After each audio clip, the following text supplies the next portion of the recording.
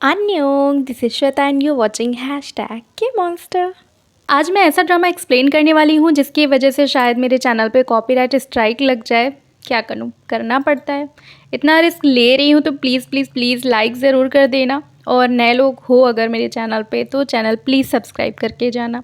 Okay, तो episode शुरू होता है और हम अंधेरे जंगल में एक टूटा फूटा सा टेम्पल देखते हैं जहाँ एक लड़की जिसका नाम होंगजो है वो आधी बेहोशी की हालत में कुछ बड़बड़ा रही है।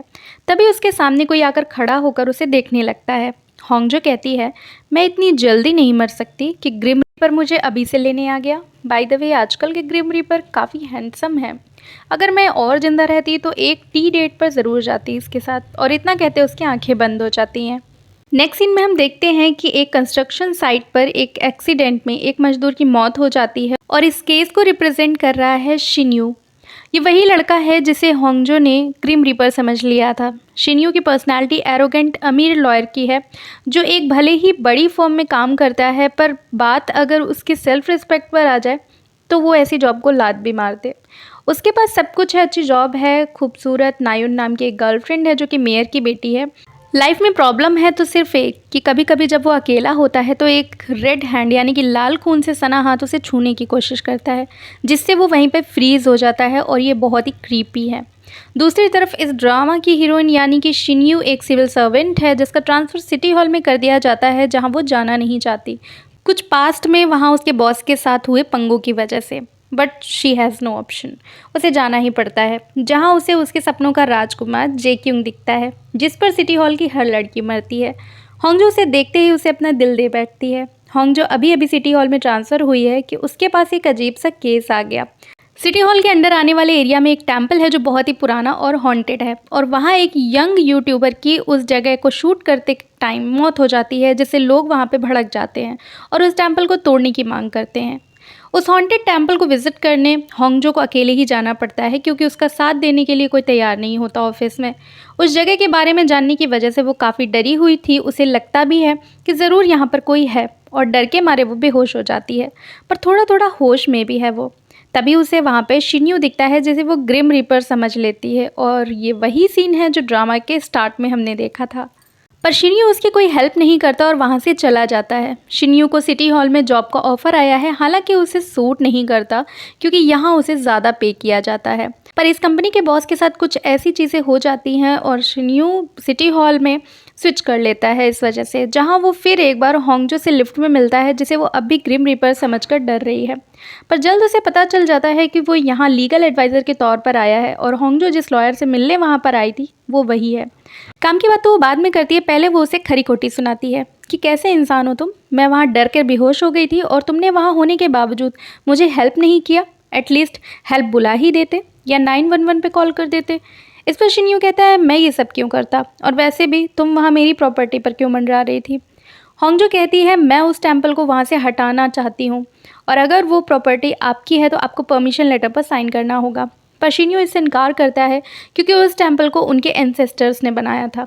होंगजो जब उसका पीछा नहीं छोड़ती तो फाइनली वो बताता है कि इस चीज़ की परमिशन उसे वो नहीं दे सकता क्योंकि वो इसका लीगल ऑनर नहीं है। किसी तरह होंगजो पता लगा ही लेती है कि उस खानदान की आखिरी शामन एक नर्सिंग होम में है जो इस टेम्पल को गिराने की परमिशन उसे दे सकती है, पर उसका एड्रेस उस शिन्यू से ही मिन्नतें करके निकलवाना पड़ता है उसे। शिन्यू उससे पूछता है, तुम इस टेम्पल को अगर नहीं गिराओगी तो क्या होगा, जॉब तो तुमसे कोई ले नहीं लेगा तुम्हारी, क्यों पीछे पड़ी हो इसके। होंगजो बताती है, जॉब जाने से ज़्यादा मुझे अकेलेपन का डर है, ना तो मैं कोवर्कर ना ही मेरे बॉस के साथ कहीं जा सकती हूँ या फिर लंच कर सकती हूँ क्योंकि वो मेरे साथ लंच नहीं करना चाहते ना आउटिंग करना चाहते हैं, और ऐसे दिन भर ऑफिस में अकेले रहने से बेटर है कि मैं अपना प्रोजेक्ट कंप्लीट कर लूँ बाहर रहकर। शिन्यू तरस खाकर उसे उस नर्सिंग होम का एड्रेस दे देता है जहाँ वो शामन यानी कि म्योंगयुन उसे परमिशन दे देती है, और होंगजो इसका वीडियो बनाकर शिन्यू को भेजती है उसे टीज़ करने के लिए क्योंकि उसके मुताबिक वो शामन इस चीज़ के लिए कभी भी राज़ी नहीं होती। शिन्यू शॉक्ड रह जाता है उस वीडियो को देखकर और फुल स्पीड में नर्सिंग होम पहुंच जाता है अपनी कार उठाकर। वो उन पर नाराज़ होते हुए कहता है, आप कैसे अलाउ कर सकती हैं उसे, क्या उसने आपको डराया धमकाया था, उसे तो हम जानते भी नहीं हैं ठीक से। शामन उसके एकदम पास आकर कहती है कि तुमने उसे मारा था पिछले जन्म में, देखा है ना वो लाल हाथ जो तुम्हारे गालों को सहलाता है, तुम्हारे कर्मों की वजह से तुम दर्द से तड़पोगे, तुम्हारा किया तुम्हारे सामने आएगा। पर समय के साथ ख़त्म भी हो जाएगा। उस संदूक की मालकिन अब आ चुकी है। शिन्यू उनकी बातों का मतलब पूछता है और वो मालकिन कौन है ये भी पूछता है। शामन कहती है वो वही है जिसके बारे में हम बात कर रहे हैं और तुम सोच रहे हो उसके बारे में इस वक्त। टेम्पल टूटने के पूरे टाइम शिन्यू वहीं रहता है और टूटने के बाद उस शामन के बताए मुताबिक उसे एक लकड़ी का संदूक भी वहाँ पर मिलता है जो होंगजो की अमानत है, इसलिए वो उसे जल्द से जल्द उसके पास पहुँचा देता है। पर इसे खोलना इतना आसान नहीं होता और होंगजो भी काफ़ी कोशिशों के बाद भी उसे नहीं खोल पाती। होंगजो कंफ्यूज्ड है और आखिर इसके संदूक के अंदर है क्या और ये खुलेगा कैसे, क्योंकि वो बहुत कोशिश करती है पर यह संदूक नहीं खुलता। ऊपर से शिन्यू पल पल पर उसे फ़ोन कर करके पूछ कर उसके दिमाग का दही कर रहा है सो अलग, पर वो कोशिश करती रहती है। एक दिन ऑफिस के बाहर कुछ लोग प्रोटेस्ट कर रहे होते हैं कि तभी एक आदमी ऑफिस आ रहे जेक्यूंग पर कोई लिक्विड फेंक देता है, पर तभी बीच में होंगजो आकर उसे बचा लेती है।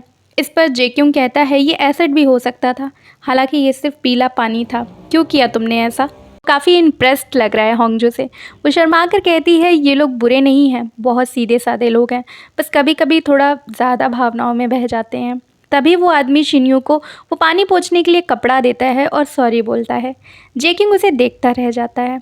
शाम को वापस घर जाते वक्त होंगजो ऑफिस में लेट नाइट काम कर रहे जेक्यूंग को देखकर आहें भर रही है। कहीं ना कहीं वो उसके लिए एक आइडल काइंड ऑफ लड़का है जिसे वो पसंद करने लगी है। घर जाकर फिर से होंगजो संदूक को खोलने की कोशिश करती है क्योंकि शिन्यू उसे बार बार कॉल कर करके परेशान कर रहा है और उस संदूक में क्या है वो भी बेसब्री से जानना चाहता है। बार बार कोशिशों के बाद जब वो संदूक नहीं खुलता तो होंगजो बियर खोल लेती है और बियर पीते पीते अपने एक्स को मिस करते हुए होंगजो बड़बड़ा रही थी कि क्या तुम मेरे पास वापस नहीं आ सकते। इन शब्दों से वो संदूक खुल जाता है जो पास में ही रखा था और उसके खुलने की आवाज़ होंगजो के कानों में भी पड़ती है। जब वो उस संदूक को खोलती है तो उसमें तरह तरह के मंत्र लिखे होते हैं, यानी इसमें एक मंत्रों की किताब थी जिसमें कई तरह के मंत्र जैसे कि बच्चे ना हो रहे हों तो कौन सा मंत्र पढ़ें, खूबसूरत बनने का मंत्र, वशीकरण मंत्र और प्यार का मंत्र। आखिरी वाला मंत्र देखते ही होंगजो के सामने जेक्यूंग का चेहरा आ जाता है और वो इन बातों पर भरोसा ना करने के बावजूद इसे जेक्यूंग पर ट्राई करना चाहती है क्योंकि कहीं ना कहीं उसे यकीन है कि वो भी उसे पसंद करता है, क्योंकि वो बंदा जो किसी से बात भी नहीं करता बिना काम के उसने होंगजो की तारीफ़ों के पुल बांधे सिटी हॉल मैसेज बोर्ड पे, जिससे शिन्यू भी हर वक्त उस संदूक को खोलने के बारे में पूछता रहता है। और जब उसे पता चलता है कि वो संदूक खुल गया है और उसमें एक मंत्रों की किताब है तो वो उसे लेने की बात कहता है होंगजो से कि वो उसे पढ़कर उसे वापस कर देगा, उसे जस्ट कुछ चेक करना है उस बुक में। जब वो बहुत ज़्यादा सर खाने लगता है होंगजो का तो उसे तैयार होना ही पड़ता है। होंगजो उसे अपने साथ अपने घर लेकर जाती है लेकिन वो घर ना ले जाकर उसे गली के बाहर खड़े होकर उसे वेट करने का बोलती है। वो अकेले ही गली में चली जाती है जहाँ की लाइट्स ख़राब है और एक ड्रंक आदमी उसे परेशान करना शुरू कर देता है। तभी वहाँ पर शिन्यू उसे पहुँचकर बचा लेता है और बातों बातों में उसे पता चलता है कि वो इस दुनिया में बिल्कुल अकेली है और उसका ख्याल रखने वाला कोई नहीं, इसलिए उसको इस सुनसान गली से हर रोज़ अकेले ही जाना पड़ता है। शिन्यू ये सुनकर उसके लिए थोड़ा सा बुरा फील करता है और वहाँ की स्ट्रीट लाइट्स को ठीक कराने का बोलता है होंगजो को, क्योंकि वो काफ़ी ख़राब हालत में है और आफ्टर ऑल वो खुद सिटी हॉल की एक जॉब करती है और उसका डेली का यही काम है।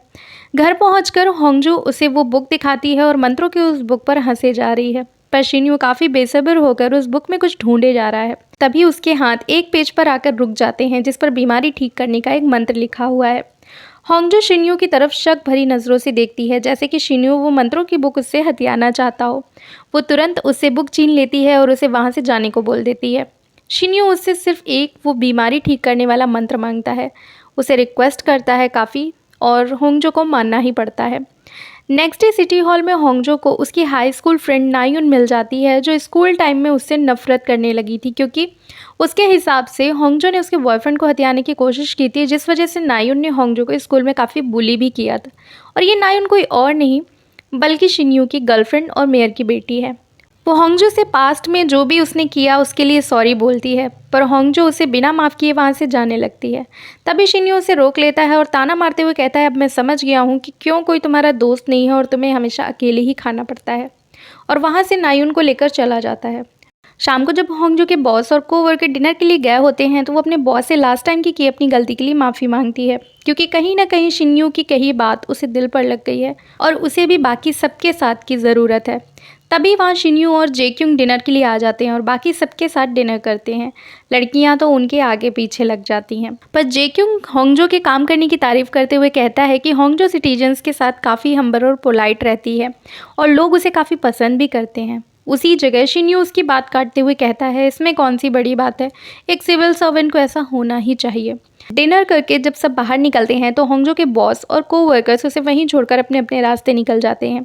तभी वहाँ जेक्युंग आता है और होंगजो को एक न्यू शर्ट गिफ्ट करते हुए कहता है, उस दिन तुम्हारा शर्ट मुझे बचाने के चक्कर में ख़राब हो गया था, इसलिए ये न्यू शर्ट तुम्हारे लिए लेकर आया हूँ मैं। ये सुनते ही होंगजो के गाल लाल हो जाते हैं। जेक्युंग उससे पूछता है कि ये क्या हो गया है तुम्हें, तुम ठीक तो हो ना।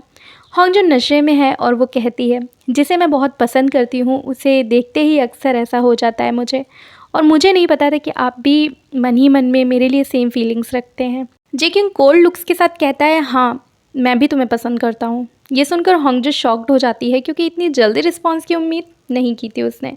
लेकिन फिर जेक्युंग कहता है, मैं तुम्हें तुम्हारे काम की वजह से पसंद करता हूँ क्योंकि तुम्हारे काम करने का तरीका बाकी लोगों से काफ़ी अलग है, और तुम्हें शर्ट सिर्फ इसलिए गिफ्ट की है मैंने क्योंकि तुमने वो मेरे लिए गंदी की थी उस दिन। जेक्युंग की बातें सुनकर होंगजो का दिल टूट जाता है, पर जेक्युंग उससे ये मोमेंट भुला देने को कहता है और पहले की तरह ही बिहेव करने की रिक्वेस्ट करता है। एक तो पहले ही बेचारी दर्द में थी, ऊपर से जेक्युंग के जाते ही वहाँ शिन्यू आकर उसके ज़ख्मों पर नमक छिड़क देता है, ये कहकर कि अब तो मुझे सच लगने लगा है कि स्कूल टाइम में तुमने एनायुन का बॉयफ्रेंड चोरी किया था। जो लड़की छोटी छोटी चीज़ों को प्यार समझ बैठती है उससे और क्या एक्सपेक्ट किया जा सकता है।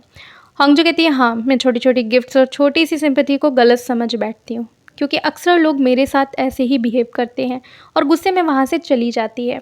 नेक्स्ट डे ऑफिस में सारे लोग उसे देखकर आपस में खुसफुसा रहे हैं जैसे उसने कोई कांड कर दिया हो। तभी उसका बॉस उसे रोकते हुए कहता है कि जब प्यार में धोखा मिले तो खुद को दर्द से छुटकारा दिलाने के लिए हमें खुद को बिजी रखना चाहिए। बॉस की बातें सुनकर होंगजो समझ जाती है कि सब उसे अजीब सी नज़रों से क्यों देख रहे थे। वो सीधा शिन्यू के केबिन में जाती है क्योंकि उन दोनों के अलावा कल वहाँ शिन्यू ही तीसरा बंदा था जो कि ऐसा कर सकता है। पर शिन्यू उसके बोलने से पहले ही वो पोस्ट उसे दिखाता है जिसमें होंगजो और जेक्युंग की कल वाली तस्वीर लगी हुई है, और जिस जगह खड़े होकर क्लिक किया गया है शिन्यू तो उसके अपोजिट में था। मतलब ये काम उसका बिल्कुल भी नहीं है। आज का दिन होंगजो के लिए बिल्कुल भी अच्छा नहीं था, इसलिए जो भी दिन भर हुआ वो सब झेलने के बाद जब रात में वो घर जाती है तो गेट पर उसके नाम से एक बड़ा सा पार्सल रखा हुआ मिलता है उसे। जब वो उसे खोलकर देखती है तो उसमें उसके रिश्तेदारों ने उसके लिए ऑर्गेनिक चीज़ें जैसे कि फ्रेश फ्रूट्स, वेजिटेबल्स, एग्स और गोट मिल्क भेजा है। गोट मिल्क देखकर उसके दिमाग की बत्ती जल जाती है और उसे स्पेल बुक में लिखा लव स्पेल को करने में भी गोट मिल्क यूज़ होता है ये याद आता है। क्या होंगजो के दिमाग में भी वही चल रहा है जो मैं सोच रही हूँ? आप मुझे कमेंट बॉक्स में बताइएगा कि इस गोट मिल्क के साथ वो क्या करने वाली है, क्योंकि अब ख़त्म हो रहा है ये एपिसोड 1 और 2 वाला एक्सप्लेनेशन, और जल्द लेकर आऊँगी 3 और 4 भी। बस भगवान से मना रही हूँ कि कॉपीराइट ना लगे। आपके लिए इतना खतरा उठाती हूँ तो वीडियो को लाइक तो कर दिया करो यार, और नए हो तो चैनल सब्सक्राइब भी कर लेना please. So this is for today guys, फिर मिलेंगे नेक्स्ट वीडियो में जल्द ही, तब तक के लिए सारंगे। Annyeong!